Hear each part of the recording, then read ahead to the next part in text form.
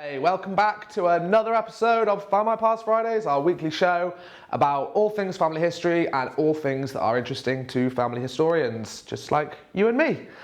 We have quite an exciting episode for that ahead of us this week.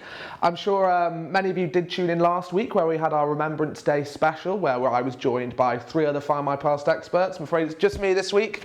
But we've got some really exciting stuff to talk through. And to those who didn't catch last week's Remembrance special, it is available to watch on demand on our homepage, I believe, Max. It's also up on YouTube.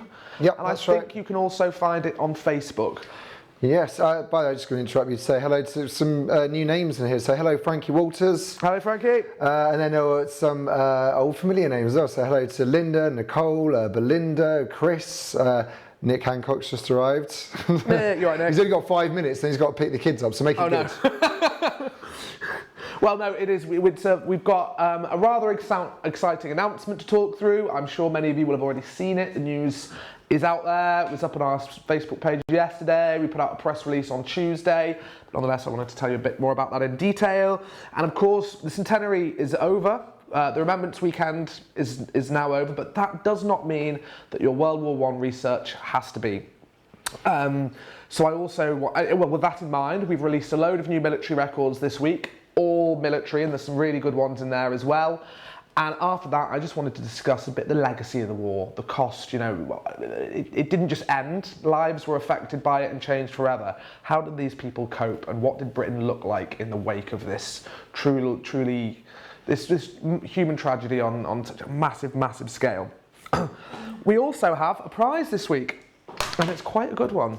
This was given to us by the National Archives. Paul Nixon dropped it on my desk the other day, and it is fantastic.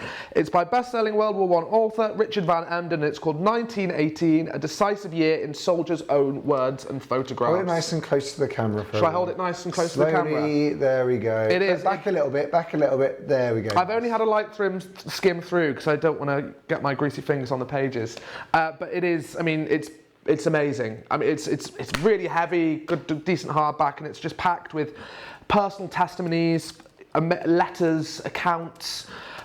As it says, it's the decisive year in soldiers' own words. So this is a prize. If you're interested in World War I history, you do want to get this. I think when it was on the shelves, it was worth about 25 quid, so not too shabby.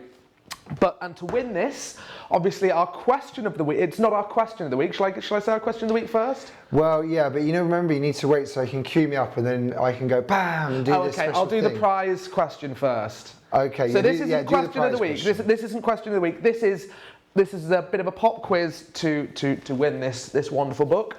And as I mentioned later on, I'm going to be talking about the impact of the war and how the country recovered, dealing with all these shattered lives and broken bodies returning home.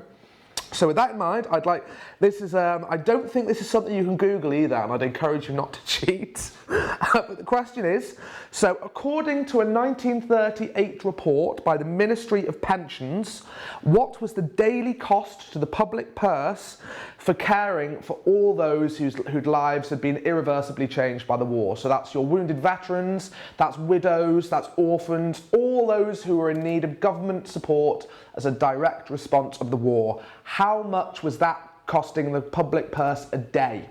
And you can answer that in 2 ways. You can give me the figure, the actual figure, how much it would have cost the government in 1938, or if you just want to make an estimate, how much do you think it would cost in today's money? I'll accept both answers. Well, let's just do it in today's money, because I'm going to be the one that has to look through it, and you only told me it in today's money. Okay, in today's money, roughly how much do you think the government was spending in 1938 to care for all the wounded veterans, orphans, widows, all those who needed government support after the war? And the person who gets the closest to it, because I don't think anyone's going to be bang on the money, I'll be amazed if they are, but the closest guess, we will send a copy of this fantastic book out to you and you'll get it next week. Oh, and by the way, William Shaw, who's joking, he says, will the FMP team sign the book? Yes. Yeah, of course I will. Yes, we will sign the book. I would love, yeah, we'll definitely sign it. Only for you though, William. I don't need to stroke our own egos, make us feel like celebrities. It's great to see loads of answers coming in right now. I'm really? keeping a note of all these. So yes, whoever is closest to the correct one. Yeah, I'm going to read the answers out at the very end. So you've still got a few 20 minutes. You've got 20, well, depending on how long Max allows me to ramble on for. You've got a bit of time to have a bit of a think, but no cheating. I'd be amazed if you actually found the original 1938 report, but maybe someone's already read it. But anyway, so that's our question for prizes. Our question of the week, which is just something we like to use to get a conversation started, get everyone talking to each other, is directly tied to our announcement, and that is, have you already taken a DNA test for family history purposes? If so, what did you discover? And are you tempted to try our announcement? Drum roll, please. Findmypast DNA. Yes, that's... Max, you look like you were going to say something. I was about to say something, yes. So if some of you are thinking that this is sort of an antithesis to traditional family history research, that is, of course, not the case at all. We've actually just had Audrey Collins from the National Archives say, hi, Audrey. DNA might be my last hope of finding who my great-great-grandfather's father was, born to the widow Collins, whose husband had died 3 years before. And exasperated face emoji afterwards. But it does just go to show that the DNA can really help inform research. It's not a replacement for research. And as you will soon discover, that is what Findmypast DNA is all about. But before I start talking a bit more about this really exciting announcement, we're really, really excited about this. It's a very exciting time for Findmypast. I'd read out some of the answers we've already had in. So that was the question of the week, which was, have you ever taken a DNA test? What did you discover? And are you tempted to try our lovely new one? So Heather Rimmer said, I took an ancestry DNA test, and if proving my birth certificate father wasn't my blood father, then yes, it was helpful. Wow, that's quite a revelation. I guess DNA, genetic testing for family history does have the potential to turn up these revelations. Another one from my pal Ruth Mason, who said, yes, DNA supports my paper evidence, which is always comforting to see. So happy that I've found no surprises in my direct lines. My question is, how do I connect my FMP account to my family's living DNA test? Well, if you've already taken a test with living DNA, you will be able to connect the two accounts, so you get the benefit of the full Findmypast DNA experience. Only thing is that's not live quite yet. It's being worked on, it's at the top of the priority list. It will be live very soon, so watch this space. I'm afraid you can't do it today, but you will be able to very, very soon, Ruth. So we will communicate that out, and we'll let everyone know as soon as that feature's been added, and you'll do that through your personal portal on the Living DNA website. Another one from Joe Murphy, who says, yes, and absolutely. We are glad to hear that, Joe. I had 2 brick walls. One great-grandfather was unknown, grandfather was illegitimate, and another great-grandfather appeared to be missing for 20 years between partners. DNA testing and cousin matching allowed me to find both of them. No amount of documentary evidence could have pointed me in those directions. See, those are great examples of why DNA is such a useful family history tool. But despite what Joe said about no amount of documentary evidence could have pointed me in those directions, when the two work hand in hand, when you use DNA and traditional family history research methods, it makes for a very powerful combination indeed. And that is what Findmypast DNA is all about. So, introducing Findmypast DNA, launched on Monday. We announced it Tuesday. We're really excited. I'm sure. Show off the packages, yeah. We've even got our co-branded kits now. Don't these look lovely? Shall I come up and hold it closer? Yeah, hold it nice and still. A bit further away. Bit further away? Still, the lighting's terrible. Don't worry about that. You just go. You got your, 3 simple steps on the back. You've got your kit IDs, which I'm not showing because this eventually will go to someone and this will become their kits with their kit ID. But yes, this is what our kits look like. So to tell you, I'll move my props now actually, as I don't need them anymore. I'll keep the book there. So yes, we've partnered with Living DNA, who I'm sure, judging by some of the comments we've had through already, many of you are already familiar with. And together we've created a new, we're calling it an ancestry discovery experience, a genetic ancestry discovery experience, and we are very confident that it is the most detailed online. We're really thrilled to be partnering with Living DNA. Like us, they're a British company. While obviously their tests aren't, their tests are global, but British and Irish is one of their real strengths, and of course it's one of our strengths as well. So it made sense for the two of us to come together and create this new experience. And what is this experience? Well, it combines Living DNA's cutting-edge science with traditional family history research methods, but with a specific slant on those investigating their British and Irish roots. Because obviously at Find My Past, we do have records from all over the world, but at our core, we are the best place to come and discover your British and Irish ancestors. So the tests, they're autosomal tests, and they use DNA. Living DNA is a unique method. It's unique to them, which provides you these regional breakdowns across 80 global regions. But the thing that makes them unique, and this is thanks to Living DNA's amazing technology, that they're the only tests that also give you a breakdown across 21 regions in Britain and Ireland. So this is unique to Living DNA and now us as well. And this will give you a level of detail currently unmatched by any other test on the market. So by giving you these regional breakdowns and saying, you know, you're X% Yorkshire, you're X% Lancashire, you've got a smattering of genes from Rutland or somewhere like that, I don't know. We are then able to connect you to the record sets that will help you discover your ancestors, because the 21 regions covered by the tests are also 21 regions that we have records for every single one of them.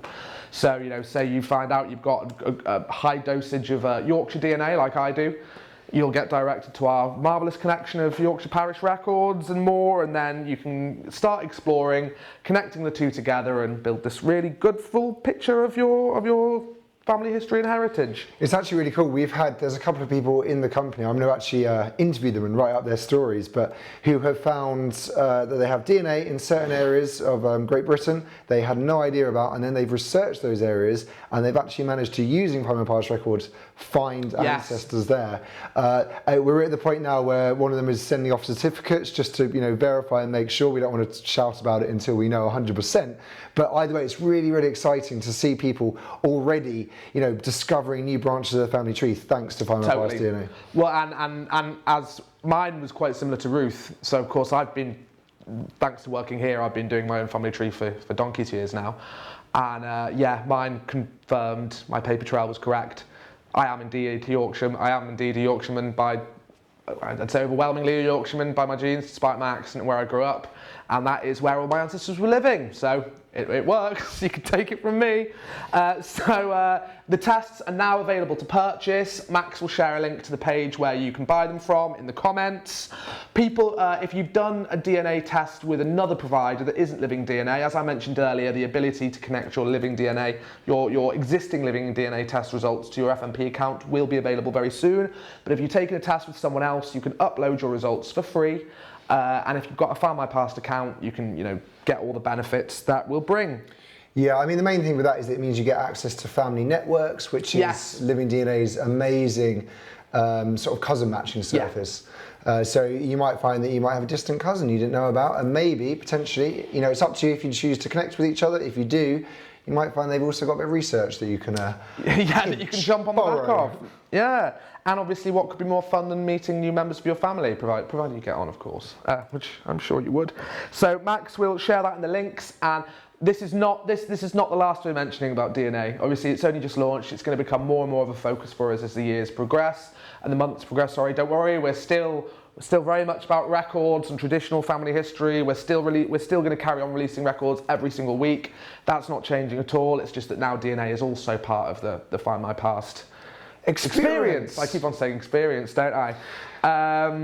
Also, next week we are actually having. That's what I was going to say. Sorry, I don't know. I'm interrupting you today. But yeah, we're having a DNA special next week. So, if you've got any of the sort of more technical questions about how it all works, you know, what sort of things you can expect to see from a Find My Past DNA test, next Friday is the time to get those questions in. And is it naughty to say that we might maybe be giving one away? Who knows? Maybe. We will. Yeah, there'll be a kit up for grabs next week. Absolutely, yeah. Absolutely. We've said it now, so we have to do it. Great. So for those of you who tuned in a little late, I was basically just introducing then our exciting new announcement that Find My Past DNA is now available. You can buy it online, you can upload your existing results for free, and if you've already done a Living DNA test in the not too distant future, you will be able to connect your results to Find My Past. If you're also late tuning in, we're also giving away, I'm just going to repeat it very quickly, we're giving away a prize this week, this fantastic National Archives account of 1918, the final year of the war, in soldiers' own words, full of amazing photographs. And to win that, you need to answer this question. You need to get the closest estimate you can. So according to the Ministry of Pensions, how much was the government spending in 1938 on a daily basis? How much were they spending on caring for all the wounded veterans, widows, orphans, all those left behind by the war? And that is in that's today's money. I've used the inflation calculator online and worked out how much it would have cost in today's money. And I'll be announcing that at the end. So you're in for it. Yeah, so if you want that prize, give us a guess. So there's a flurry of answers obviously came in when you initially asked it. I've got to say, no one's that close to it, so it's definitely up for grabs. I knew this was going to be a hard one. I knew, because when I found it, I was like, whoa, I wasn't expecting that. That might be a clue, actually. I won't say any more about that. But yes, this week's records, as I mentioned earlier, the centenary period is over. Remembrance Day, the Remembrance Weekend is over. I mean, it was quite. I watched all the coverage on the television. I found it very emotional. Oh, that's what I was going to ask. Did anyone watch the unbelievably fantastic Peter Jackson film, They Shall Not Grow Old? Oh, it was so good, wasn't it? I watched it on Sunday, and I've honestly never seen anything like it. It's one of those things I think will stay with me for... It's terrifying. I mean, we all know it was terrifying anyway, but seeing it like that... And seeing it in colour, and seeing the move, and the way they dubbed the voices of the soldiers using...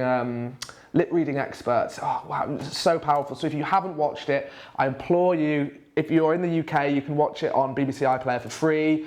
If you're watching from the US or Australia, I'm sure there will be ways of watching it online. But yeah, I fully recommend watching it. It's one of the most amazing things I've ever seen. I mean, the moment where, I think it's about 10 minutes in, where the footage suddenly transforms and pops into colour and slows down. I sat there with my mouth wide open for about 10 minutes. I couldn't believe what I was seeing. But yeah, that was amazing. Oh, by the way, we just had a really good comment in, which is from Ruth Mason. She says, Alex, my great-grandfather was a Yorkshireman. Ah, maybe we're related, Ruth. Also have cocks on another line. Oh no, unfortunately, this is my mother's line, the Wilton line. Oh, the Wilton line is the Yorkshire line. Oh, okay. Yeah. Well, actually, no. It was the parents of my grandmother who was a Wilton. She was born in Yorkshire, but she was born in Liverpool. But her dad and his whole family, the Crosslands, they're Yorkshire going back to I've got them back to about 1660, around the 1660s, and they literally didn't leave until about 1930. So who knows, Ruth, though? We probably still have some shared ancestry further back down the line. But yes, what I was saying there about remembrance being over and the centenary period being over, basically getting at was that World War I research does not need to end.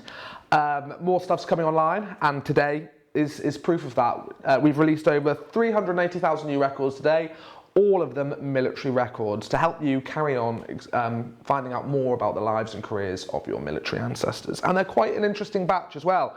So first up, if you have ancestors who served in the King's Royal Rifle Corps, very big corps during the First World War, and a lot of very significant engagements. Well, the King's Royal Rifle Corps Chronicle, 1900 to 1920, is a record set you're going to want to check out. But even if your ancestors didn't fight with with the regiment, this is going to be of real interest to anyone who just has an interest in military history from that period or the early Victorian era. So it's scanned images of an original publication. Sorry, excuse me. A bit of a cough. Over 2,400 pages, so it stretches from the Boer War up to the end of the First World War.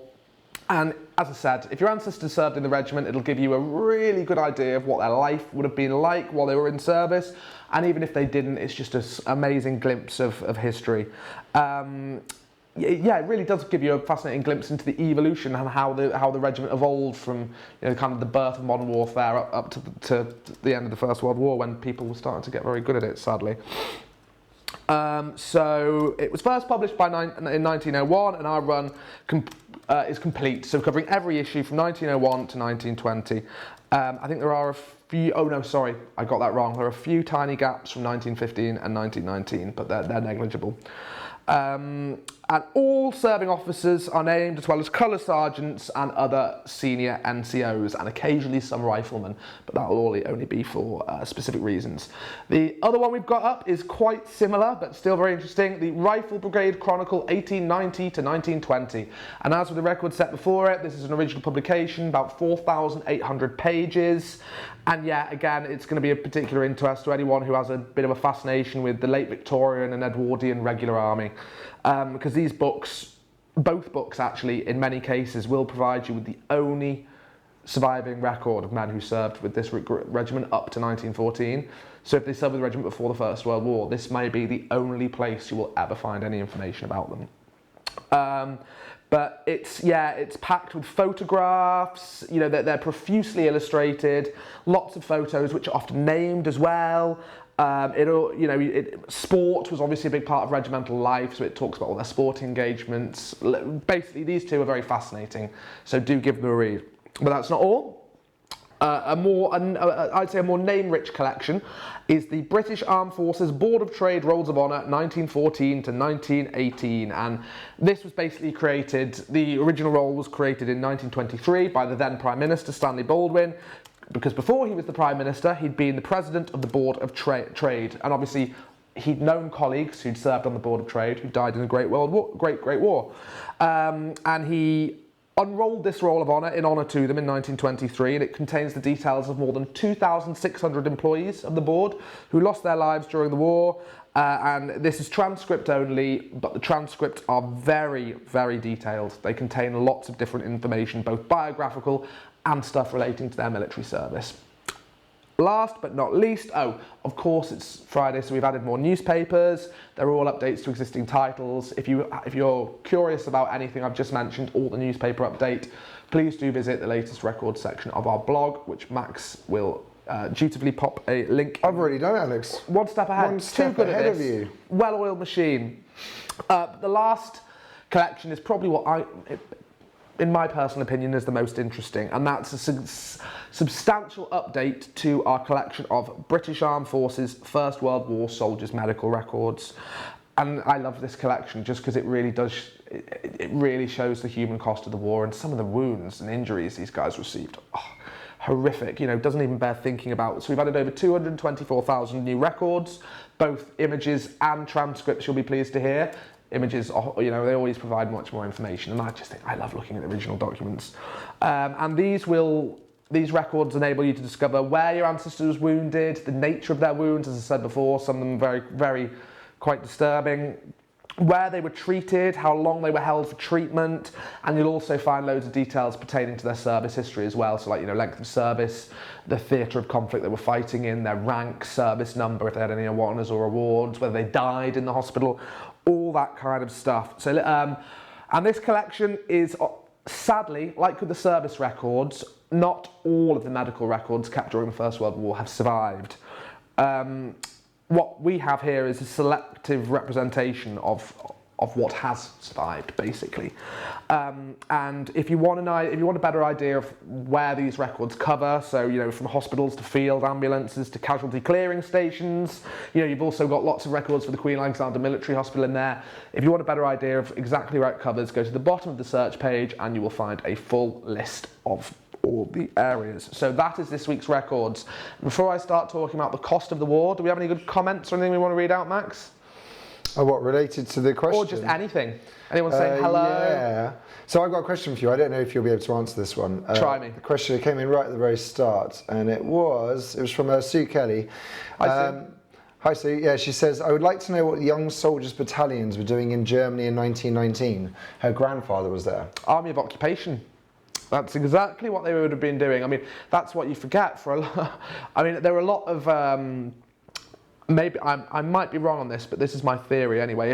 I don't know too much about young soldiers' battalions, but I do know that there was a very substantial army of occupation left in Germany after the war, and I imagine sending in young soldiers' battalions would be preferable to keeping veterans there. People who've survived these awful campaigns, people who'd survived the fierce fighting in 1918. Remember, it was 1918 was a pretty explosive year in many senses of the word. There was huge engagements. And, I mean, can you imagine telling all these guys who've spent the last 3 years sitting in the rain and the mud that they can't quite go home yet and they've got to stay and police the country they've just defeated? They wouldn't be best pleased. I'm sure if the army was able to replace those men for young soldier battalions, they're not at risk of coming, there's not going to be firefights. They're there doing, police work, peacekeeping essentially. That's why they'd be selected. So that is my theory.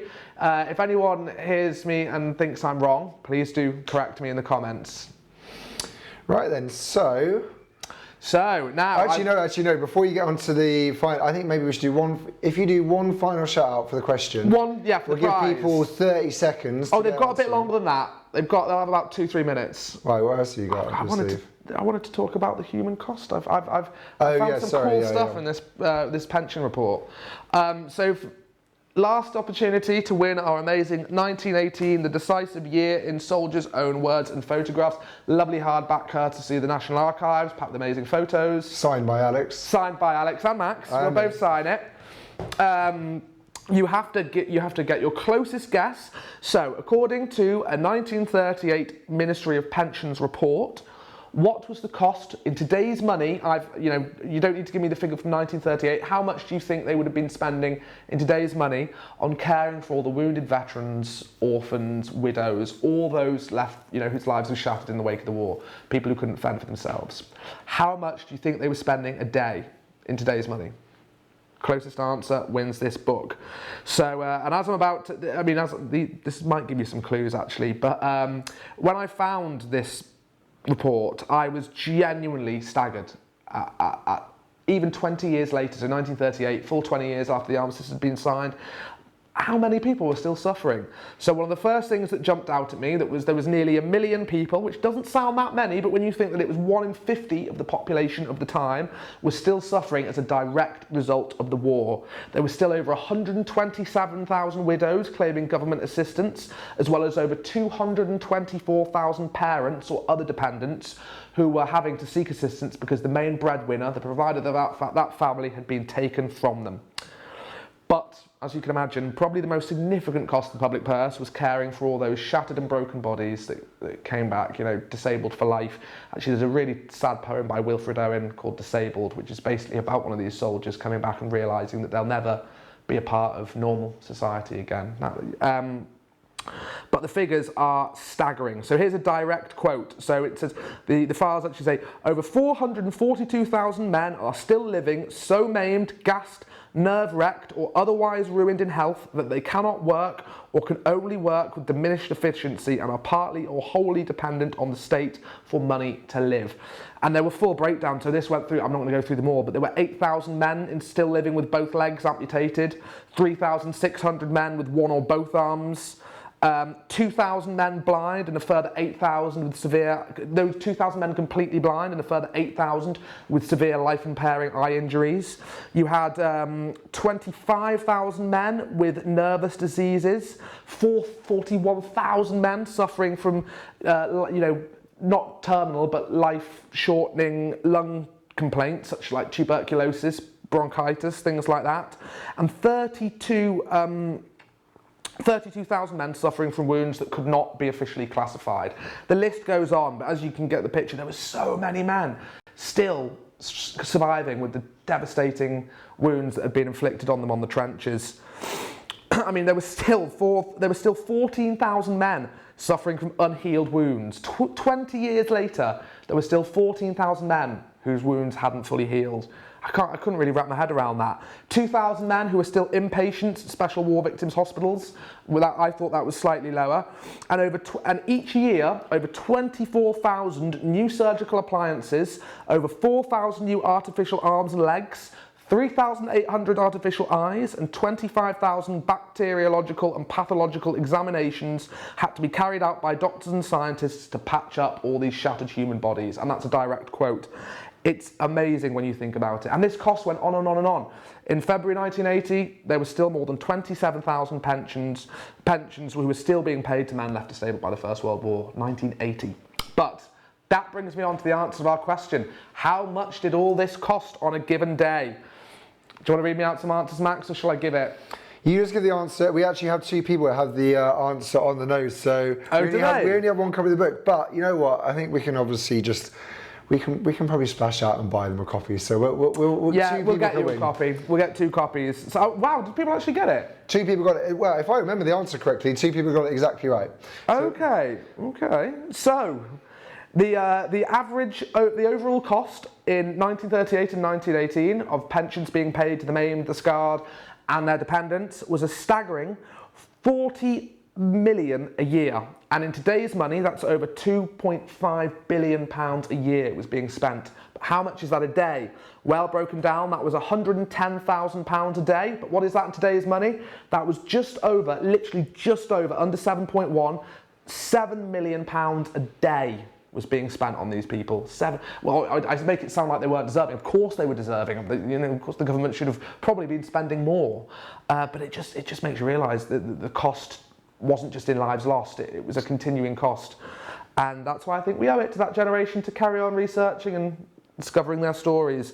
So, and to sink that into perspective, this cost was so high that 1 shilling in every pound of the national budget that year was going to war pensions. Wow. 1 shilling in every pound. That's crazy. So what were the closest answers we got? Well, so we got on the nose pretty much. So 7 million. We had Claire Lambert.